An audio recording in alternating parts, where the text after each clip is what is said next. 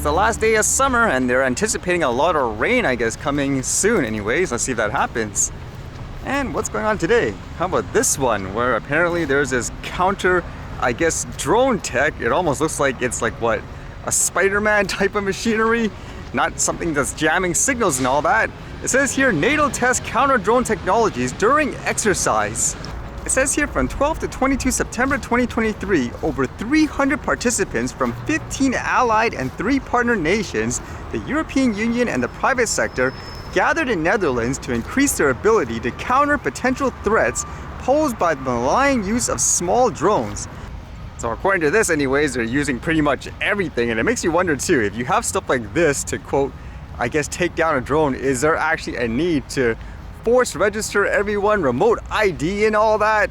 Because again, in my opinion, you should develop more counter solutions. If you're saying, for example, you want to stop things from going to like a military area and all that, I don't think making a kid have to pay, for example, tens of thousands of dollars and train to fly a toy will necessarily stop that in terms of a quote drone threat in those areas. You need to do stuff like this to actually take it down, in my opinion anyways.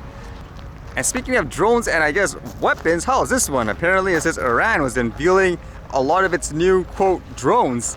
Iran on Friday displayed what it claimed to be quote the longest range drone in the world during a military parade that featured banners threatening Israel.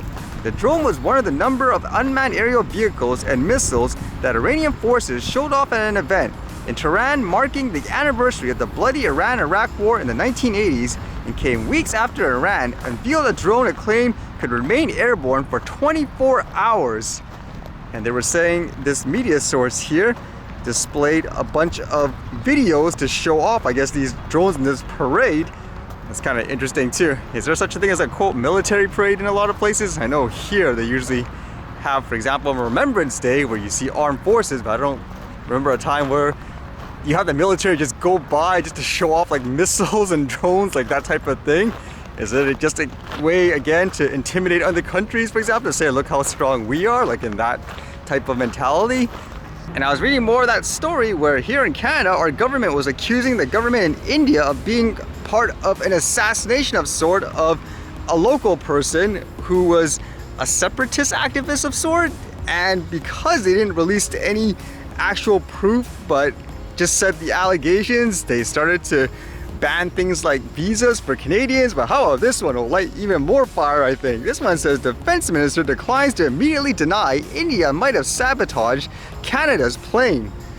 Amid the much more serious accusations that India committed an assassination on Canadian soil, a Trudeau government minister didn't immediately deny this week that India had something to do with the breakdown of Canada's official VIP jet in New Delhi.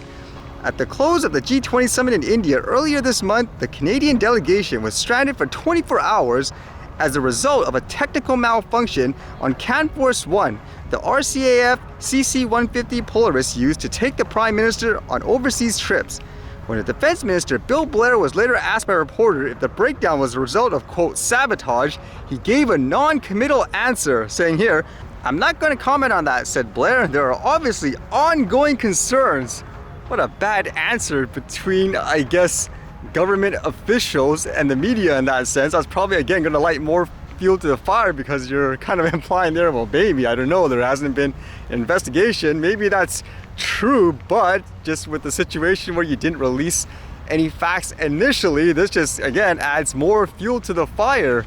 What is going on in this case, huh? Are they just having, I guess, bad relations in general, and now this just kind of blew things up? Or are they just being, I don't know, short-sighted, like in these ways? What would you think in this case? Either way, there's going to be non-stop, I guess, conflict. It will be, for example, like they mentioned, things like travel, or I wouldn't doubt it would be things like trade as well.